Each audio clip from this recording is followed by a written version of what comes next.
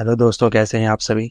आज हम इस वीडियो में रेलवे 2018 में आए हुए जीएस के कुछ महत्वपूर्ण सवालों और उनके डिटेल्स की चर्चा करेंगे। तो आइए हम देखते हैं प्रमुख प्रश्नों को। पहला प्रश्न है, योग सूत्र किसके द्वारा लिखा गया है। ऑप्शन है वसुमित्र, कणाद, पतंजलि या नागसेन। तो इसका सही आंसर है ऑप्शन सी, पतंजलि के द्वारा लिखा गया है। अब योग सूत्र के बारे में जानते हैं। योग सूत्र योग दर्शन का एक मूल ग्रंथ है। योग दर्शन 6 दर्शनों में से एक शास्त्र है और योग शास्त्र का एक ग्रंथ है। योग सूत्र की रचना जो है 5000 साल पहले महर्षि पतंजलि ने की थी। अब दर्शन की बात आई है तो हम जानते हैं प्रमुख दर्शन और उनके प्रवर्तक जो 6 दर्शन होते हैं। ठीक है, 6 प्रकार के दर्शन होते हैं और उनके प्रमुख प्रवर्तक के बारे में अब हम जानेंगे। तो योग दर्शन तो पता ही है, पतंजलि हो गए। सांख्य दर्शन है, कपिल मुनि हो गए हैं। न्याय दर्शन है तो गौतम मुनि। पूर्व मीमांसा जैमिनी है। उत्तर मीमांसा है, बादरायण हो गए हैं। और वैशेषिक है, इनका कणाद हो गया है। अब नेक्स्ट क्वेश्चन, कोलंबिया की मुद्रा क्या है। ऑप्शन कोलंबिया रुपया, Colombian peso, Colombian dollar, Colombian franc. इसका सही आंसर है ऑप्शन बी, कोलंबियन पेसो। क्योंकि कोलंबिया जो है ये दक्षिण अमेरिकी महाद्वीप का एक देश है। ये अपना दक्षिण अमेरिकी महाद्वीप है, ये कोलंबिया है। और इसकी जो राजधानी है बोगोटा है। ये दक्षिण अमेरिका महाद्वीप है। इसके पूर्व में है अटलांटिक महासागर है और इसके पश्चिम में है प्रशांत महासागर स्थित है। ठीक है, ये अपना दक्षिण अमेरिका महाद्वीप का जो सबसे बड़ा देश है वो है ब्राज़ील है और इसकी राजधानी है ब्राज़ीलिया हो गई है। तो इसके अलावा इसके अन्य प्रमुख देशों में देखा जाए तो अर्जेंटीना है, इसकी राजधानी जो है ब्यूनस आयर्स होती है। पेरू है, इसकी राजधानी लीमा हो गई है। ठीक है, बोल्विया है, इसकी राजधानी है लापाजा हो गई है। यादें, ये प्रमुख देश हो गए हैं। अब हम देखते हैं अन्य प्रमुख तथ्य दक्षिण अमेरिका के बारे में। एक यहाँ अमेजन नदी बहती है। ये जो अमेजन नदी है ये विश्व की दूसरी सबसे लंबी नदी है। नील नदी के बाद, अफ्रीका की नील नदी के बाद अमेजन नदी विश्व की दूसरी सबसे लंबी नदी है, जो कि दक्षिण अमेरिका में बहती है। ठीक, इसके अलावा यहाँ पे एक टिटिकाका झील है। ये जो टिटिकाका झील है ये पेरू और बोल्विया की सीमा पर स्थित है और यह विश्व की सबसे ऊंची नौकायान झील है। अभी हम मुद्रा की बात आई है तो अब हम जानते हैं कुछ प्रमुख देशों की मुद्रा के बारे में, जैसे चिली, अर्जेंटीना, क्यूबा और मैक्सिको। इन सभी की मुद्रा का नाम पेसो होती है। जापान की मुद्रा है, करेंसी येन है। रूस और बेलारूस, इनकी जो करेंसी है रूबल कहलाती है। दक्षिण अफ्रीका की जो करेंसी है उसको रैंड के नाम से जाना जाता है। यूरोपीय संघ की करेंसी को यूरो बोला जाता है। और ईरान है, ओमान है, यमन है, इन सब की करेंसी को रियाल कहा जाता है। नेक्स्ट क्वेश्चन, गैलियम तत्व का परमाणु क्रमांक कितना है। ऑप्शन 30, 31, 33, 28। तो इसका सही आंसर है ऑप्शन बी, 31 है। अब गैलियम एक रासायनिक तत्व है जिसका प्रतीक चिन्ह होता है Ga और इसकी परमाणु संख्या 31 है। गैलियम का उपयोग मुख्य रूप से वाणिज्यिक आधार पर अर्धचालक उद्योगों में किया जाता है। अब हम कुछ अन्य प्रमुख रासायनिक तत्वों के बारे में जानते हैं, जैसे कि अपना हो गया आयरन, जिसको लोहा कहा जाता है। इसका प्रतीक चिन्ह Fe है, परमाणु क्रमांक होता है 26। कोबाल्ट है, इसका प्रतीक चिन्ह Co होता है, परमाणु क्रमांक है 27। टाइटेनियम है, इसका प्रतीक चिन्ह Ti होता है, परमाणु क्रमांक है 22। तांबा, जिसको कॉपर कहते हैं, प्रतीक चिन्ह पर है और इसका परमाणु क्रमांक हो गया 29। नेक्स्ट क्वेश्चन, पंडित जवाहरलाल नेहरू की मृत्यु के तुरंत बाद भारत का कार्यकारी जो प्रधानमंत्री है वो किसे बनाया गया था।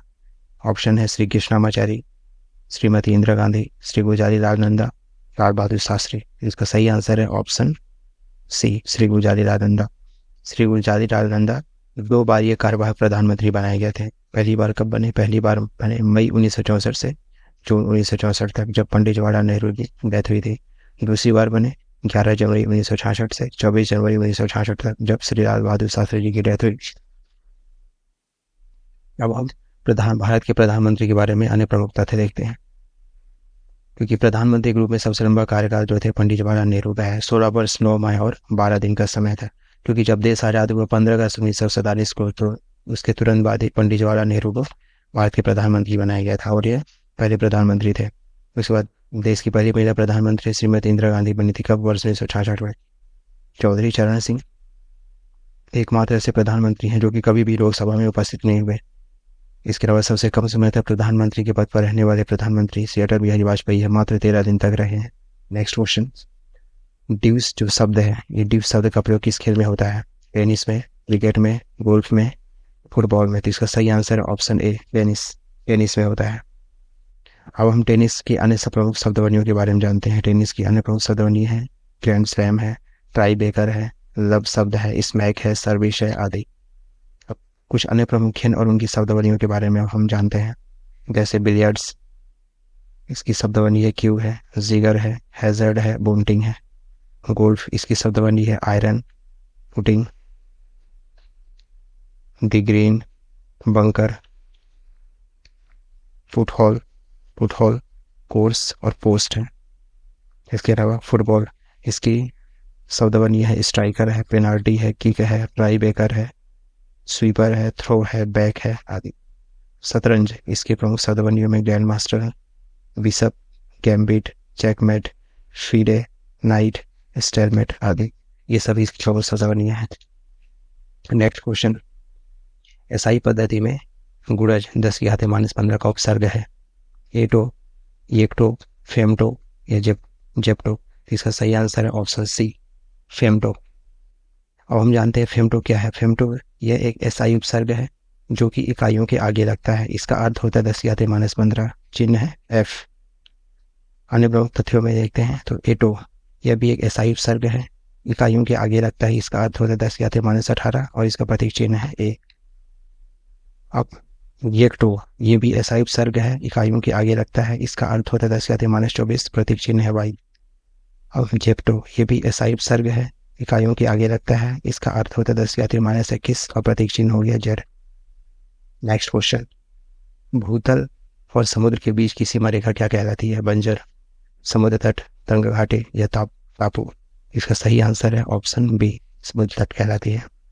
ये अपने भारत की मुख्य भूमि है और ये अपना समुद्र तट है। तो मुख्य भूमि और ये समुद्र तट, इनके बीच की जो सीमा रेखा है इसको ही समुद्र तट बोला जाता है। अब हम जानते हैं बंजर। बंजर क्या होता है। बंजर एक तरह से अनुपजाऊ भूमि होती है जो कि खेती की योग्य अयोग्य होती है, ऐसी जमीन जिस पर खेती नहीं की जा सकती। अब तंग घाटी क्या है। पहाड़ों या चट्टानों के बीच स्थित ऐसी घाटी है, इसकी चौड़ाई बहुत ही कम होती है, ठीक है, और दीवारों की ढलान बहुत अधिक यानी एकदम सीधी होती है। उदाहरण के लिए चंबल नदी घाटी का जो है वो एक तरह से तंग घाटी का उदाहरण है। अब टापू, भूखंड के चारों ओर घिरा हुआ जल का क्षेत्र, ऐसा भूखंड क्षेत्र जो कि चारों ओर जल से घिरा हुआ होता है, उसको ही हम क्या बोलते हैं, टापू कहते हैं। उसको ही हम टापू कहते हैं। उदाहरण के लिए द्वीप जो है टापू का उदाहरण होते हैं। जैसे हमारे भारत में 2 द्वीप हैं, एक अपना लक्षद्वीप है, ठीक, और दूसरा हो गया अपने अंडमान निकोबार द्वीप समूह। ये दोनों जो हैं द्वीप हैं, यही टापू के उदाहरण हैं। नेक्स्ट क्वेश्चन, 8 डिग्री चैनल है किन के बीच स्थित है। मिनिकॉय द्वीप और लक्षद्वीप, मिनिकॉय द्वीप और मालदीव, अंडमान और निकोबार, म्यांमार और अंडमान के बीच। इसका सही आंसर है ऑप्शन बी, मिनिकॉय और मालदीव के बीच स्थित है। ये अपना मिनिकॉय द्वीप है और ये अपना मालदीव है, इन दोनों के बीच में स्थित है। 8 डिग्री चैनल स्थित है। अब ये अपने भारत का मैप है। ये अपना भारत के पूर्व में है बंगाल की खाड़ी है और पश्चिम में है अरब सागर स्थित है, और पश्चिम में ही अपना लक्षद्वीप है, एक द्वीप है, और दूसरा पूर्व में हमारे अंडमान निकोबार द्वीप समूह है यहाँ पे ये।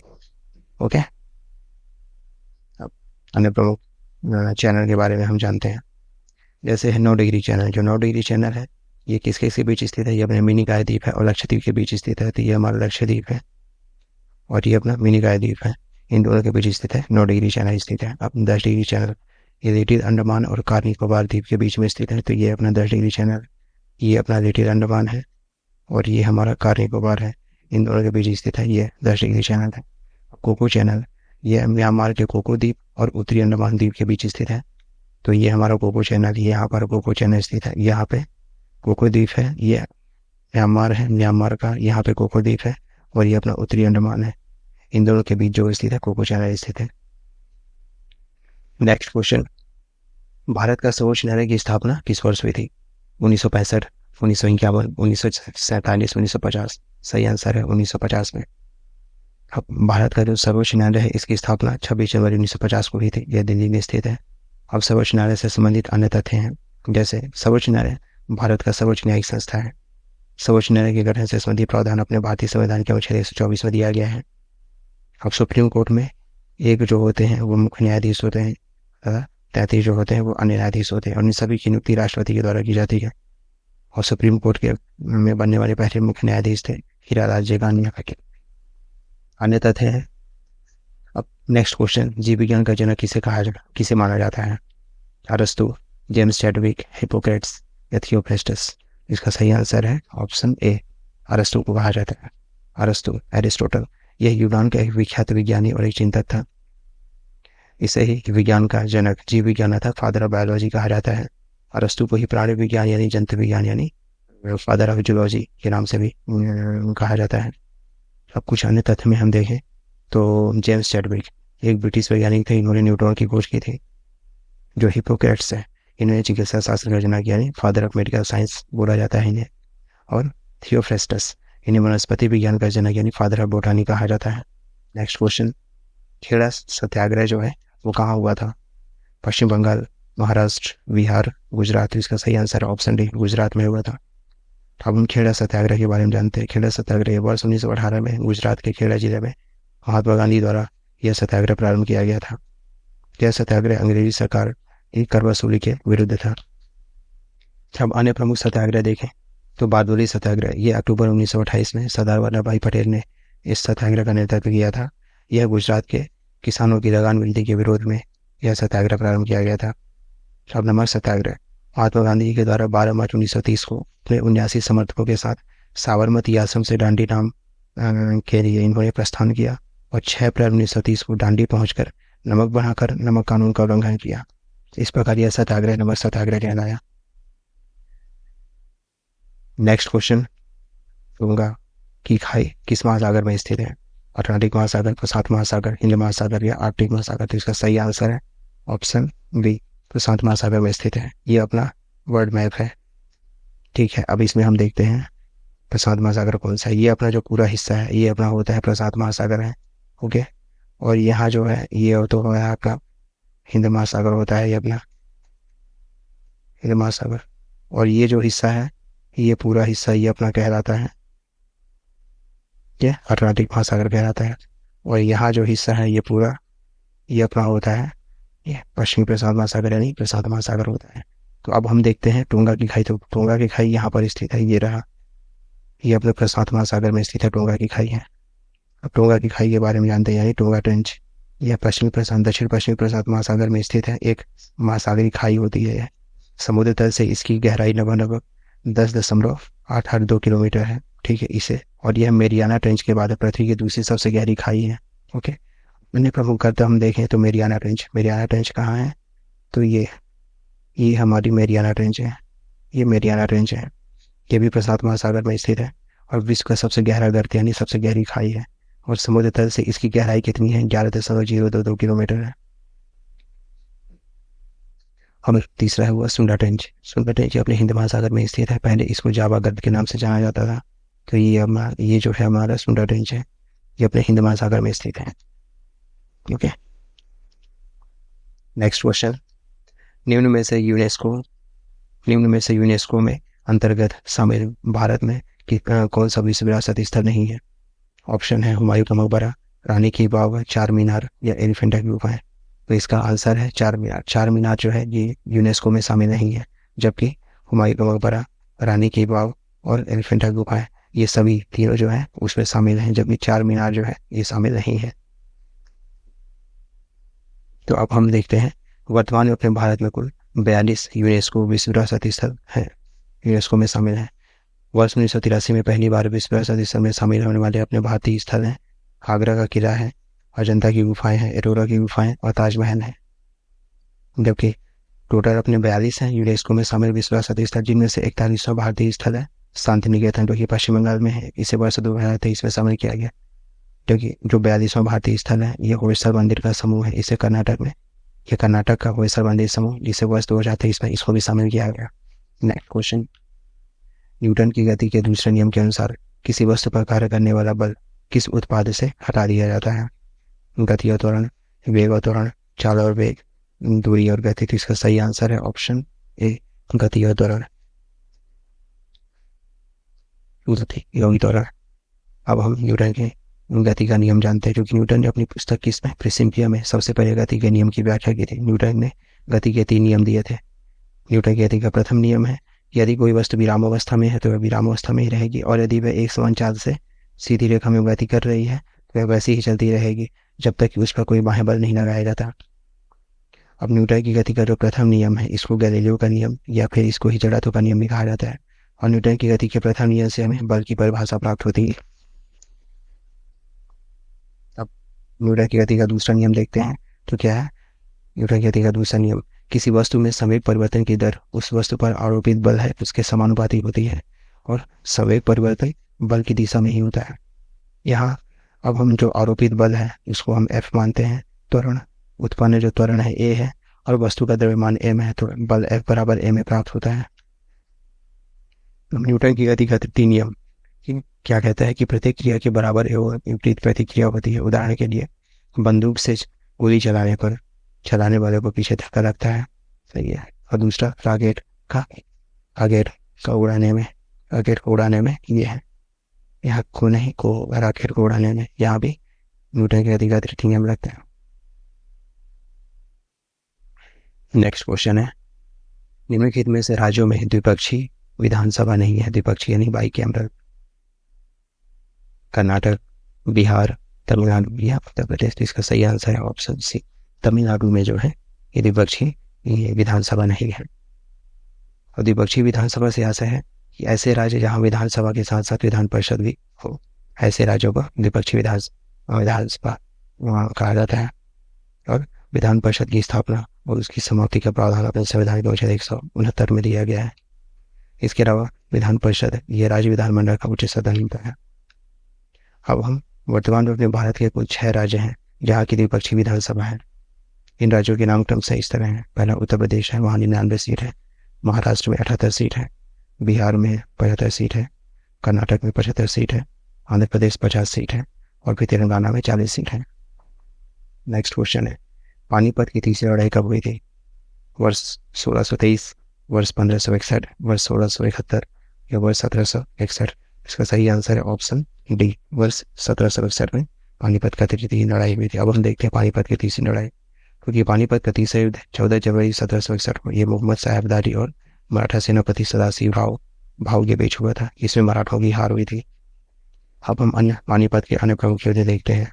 पानीपत का प्रथम युद्ध ये 21 अप्रैल 1526 को इब्राहिम लोदी और बाबर के बीच हुआ था।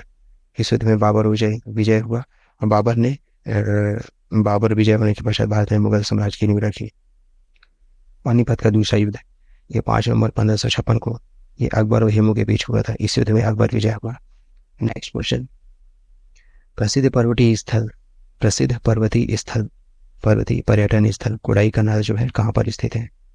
तो ऑप्शन है जवादी पर्वत, पलानी पर्वत, नीलगिरी पर्वत या काठमांडू पहाड़ी। इसका सही आंसर है ऑप्शन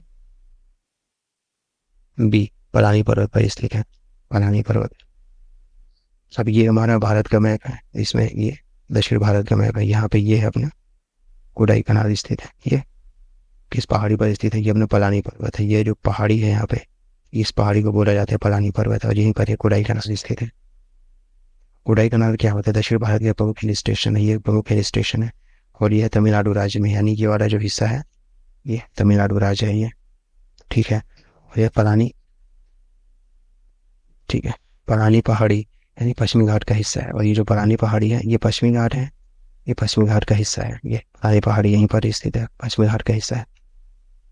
क्योंकि ये इसकी जो कोडाईकनाल पहाड़ी है इस 2100 मीटर इसकी ऊंचाई है, और इसे ही कोडाईकनाल को पर्वतीय पर्यटन स्थलों की राजकुमारी के रूप में जाना जाता है। पर्वतीय पर्यटन स्थलों की राजकुमारी के रूप में जाना जाता है। अब हम कुछ अन्य तथ्य देखते हैं। नीलगिरी पर्वत ये भी अपने तमिलनाडु राज्य में स्थित है, ठीक है। ये है एक ब्रॉक पर्वत है और यह है पहाड़ी पूर्वी घाट और पश्चिमी घाट के मिलन स्थल पर स्थित है। डोराबेट्टा इसकी सबसे ऊंची चोटी है। तो ये अपना नीलगिरी पर्वत, ये अपना पश्चिमी घाट और ये हमारा पूर्वी घाट है। इन दोनों का मिलन बिंदु यहाँ है, तो यहीं पर स्थित है, नीलगिरी स्थित है, ठीक है।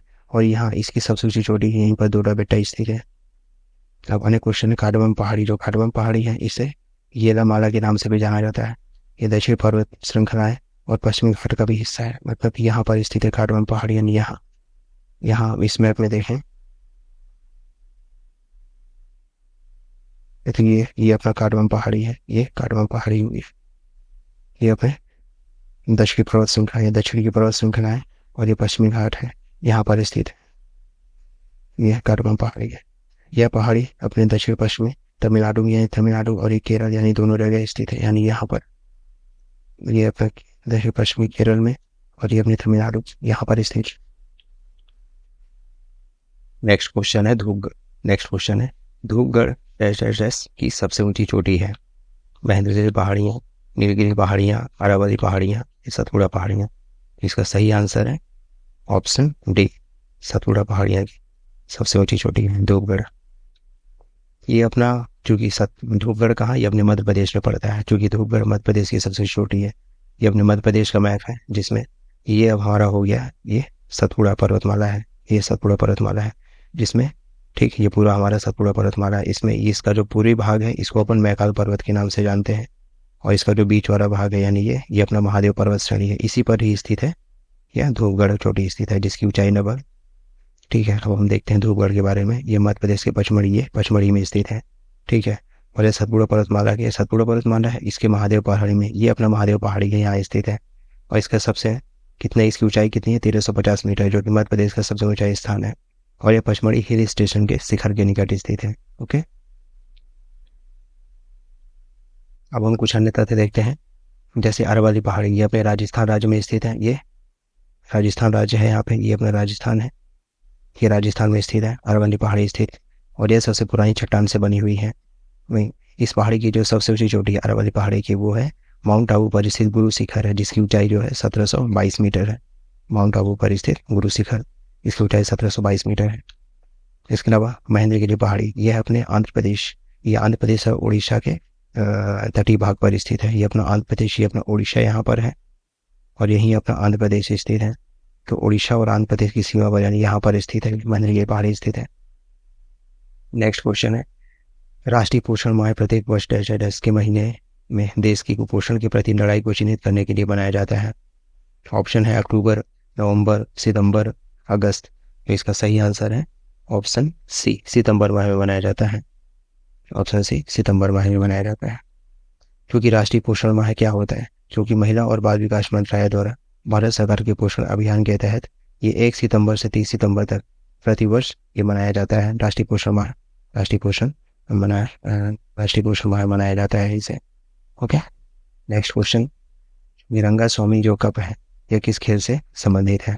ऑप्शन है हॉकी, क्रिकेट, बास्केटबॉल और फुटबॉल। तो इसका सही आंसर है ऑप्शन ए, हॉकी से संबंधित है रंगा स्वामी कप। अब हम खेल और उनसे संबंधित अन्य ट्रॉफियों के बारे में जानते हैं, ट्रॉफियां और कप क्या होती है।